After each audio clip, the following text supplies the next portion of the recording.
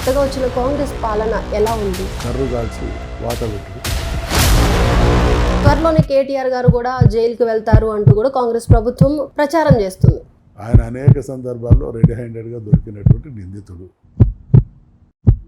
42% రిజర్వేషన్లపై మీ అభిప్రాయం ఏంటి? మోడీని దించేస్తాం, రాహుల్ గాంధీని ప్రైమ్ మినిస్టర్ని చేస్తాం. అది జరిగేంత వరకు మేము మెడలు వస్తాం. బీఆర్ఎస్ పార్టీలో కొన్ని కుమ్ములాటలు జరుగుతున్నాయి అని కూడా ఒక చర్చ నడుస్తుంది బయట. మీడియా వాళ్ళకు మసాలా కావాలి.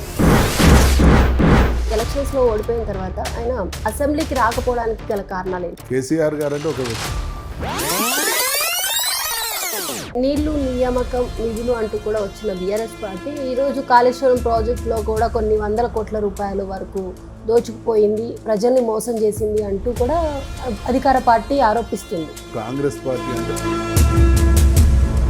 కేసీఆర్ గారిని పక్కన పెట్టి కేటీఆర్ గారి మీద అలా కవిత మీద కూడా ఎక్కువగా విమర్శలు గుప్పిస్తున్నారు.